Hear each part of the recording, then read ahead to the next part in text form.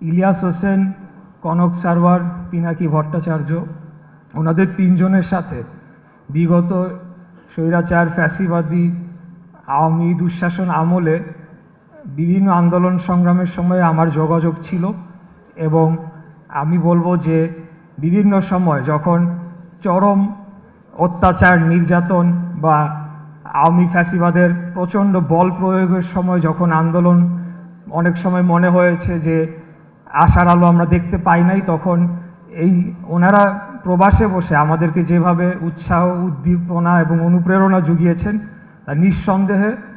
24-এর গণ অভ্যুত্থানের প্রেক্ষাপট রচনার একটি গুরুত্বপূর্ণ অংশ হিসেবে তারা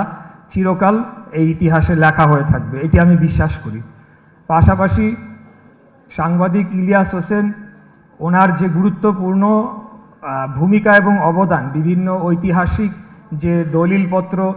এগুলো রিসার্চ করার মাধ্যমে বিভিন্ন সময় তিনি যে ধরনের তথ্য আমাদের সামনে, জাতির সামনে নিয়ে এসেছেন, সেটিও কিন্তু এই আন্দোলনকে রচনা করার জন্য একটি গুরুত্বপূর্ণ ভূমিকা রেখেছে। তারই উদ্যোগে, তারই প্রতিষ্ঠান আজকে নতুন একটি যাত্রা শুরু করতে যাচ্ছে, নতুন একটি গণমাধ্যম আমরা পেতে যাচ্ছি। আমি আশা রাখব অবশ্যই এই যেহেতু ওনারা এই গণমাধ্যমটির নেপথ্যে রয়েছেন, তারা অবশ্যই বাংলাদেশের গণমানুষের যে আকাঙ্ক্ষা সেটিকে পূরণে তারা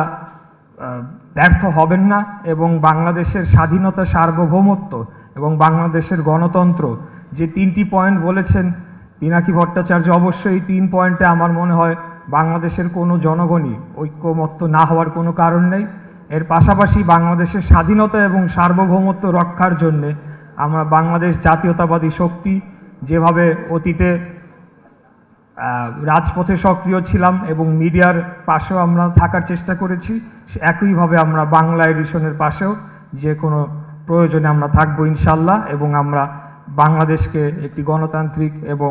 উন্নত রাষ্ট্র হিসেবে এই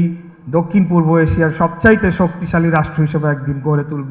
সেই আশাবাদ ব্যক্ত করছি। সবাই ভালো থাকবেন।